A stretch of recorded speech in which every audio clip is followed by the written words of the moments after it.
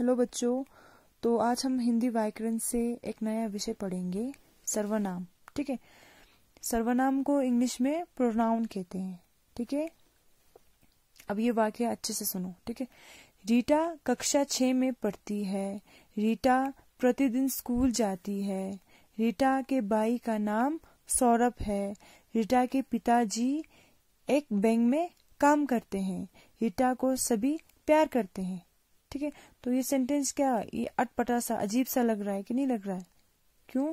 क्योंकि इसमें संज्ञा जो शब्द है वो बार बार रिपीट हुआ है।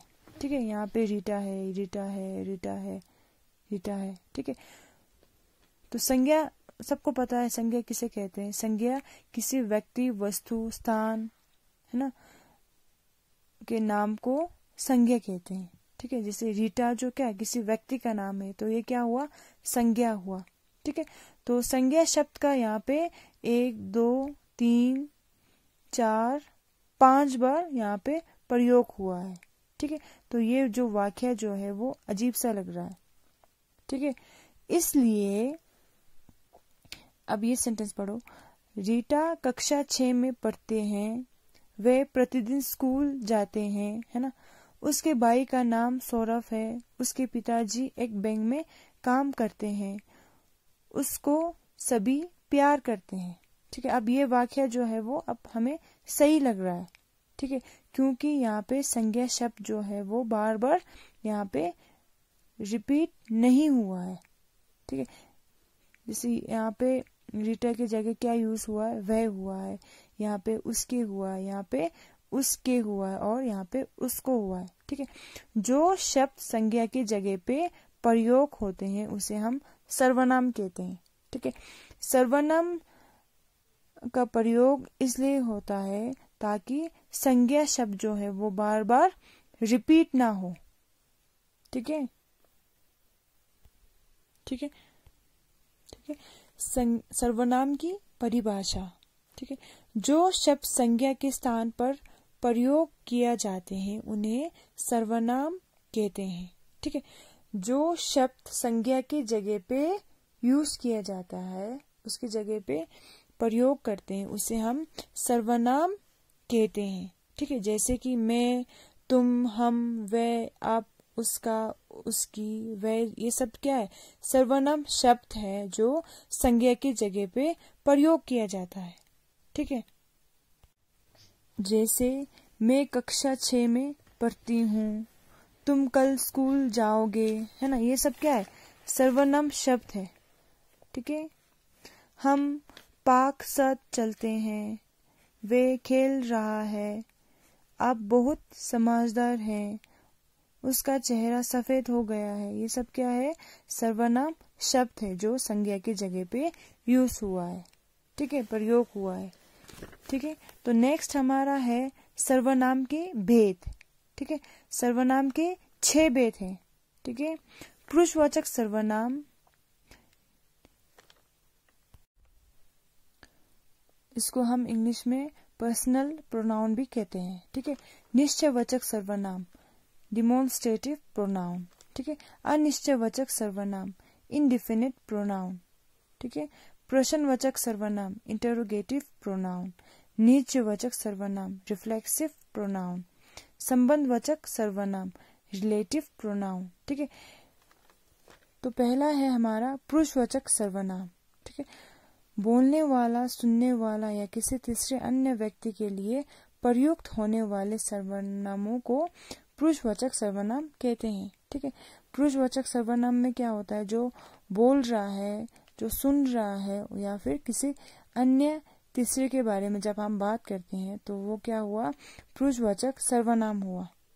ठीक है, इस पुरुषवाचक सर्वनाम के 3 भेद है, उत्तम पुरुष, मध्यम पुरुष और अन्य पुरुष। ठीक है, तो उत्तम पुरुष फर्स्ट पर्सन, ठीक है, जो बोलने वाला है।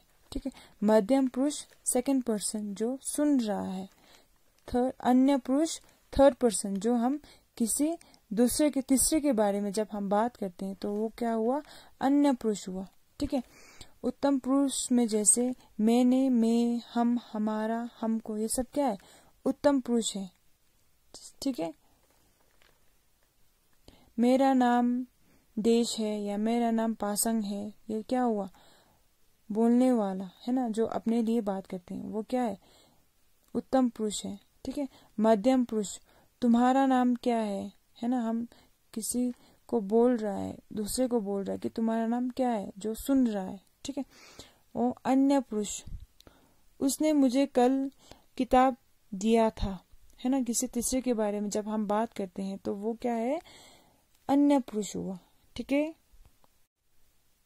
तो सेकंड है हमारा निश्चयवाचक सर्वनाम, इसको हम इंग्लिश में डेमोन्स्ट्रेटिव प्रोनाउन कहते हैं। ठीक है। ऐसे सर्वनाम शब्द जो किसी निश्चित व्यक्ति या वस्तु के लिए प्रयोग में लाए जाए उसे हम निश्चयवाचक सर्वनाम कहते हैं। ठीक है। इसको हम संकेतवाचक सर्वनाम भी कहते हैं। ठीक है। निश्चयवाचक सर्वनाम उसे कहते हैं जो हमें किसी व्यक्ति या वस्तु के बारे में हमें श्योर हो। ठीक है। जैसे वह मोहन की पुस्तक है, ये जो पुस्तक जो है वो किसका है? मोहन का है, हमें श्योर है। ठीक है। ये बहुत उपयोगी किताब है, ये जो बुक है, ये जो किताब है बहुत उपयोगी किताब है, बहुत ही हेल्पफुल किताब है। ठीक है। आया समझ में? जो किसी व्यक्ति या वस्तु के बारे में हमें पता हो, श्योर हो। ठीक है। निश्चित हो। ठीक है। तो तीसरा है हमारा अनिश्चयवाचक सर्वनाम, इसको हम इंग्लिश में इंडिफिनिट प्रोनाउन कहते हैं। ठीक है। जिन सर्वनाम शब्दों से किसी निश्चित वस्तु या व्यक्ति का बोध ना हो उसे अनिश्चयवाचक सर्वनाम कहते हैं। ठीक है। जिन सर्वनाम शब्दों से किसी व्यक्ति या वस्तु का निश्चित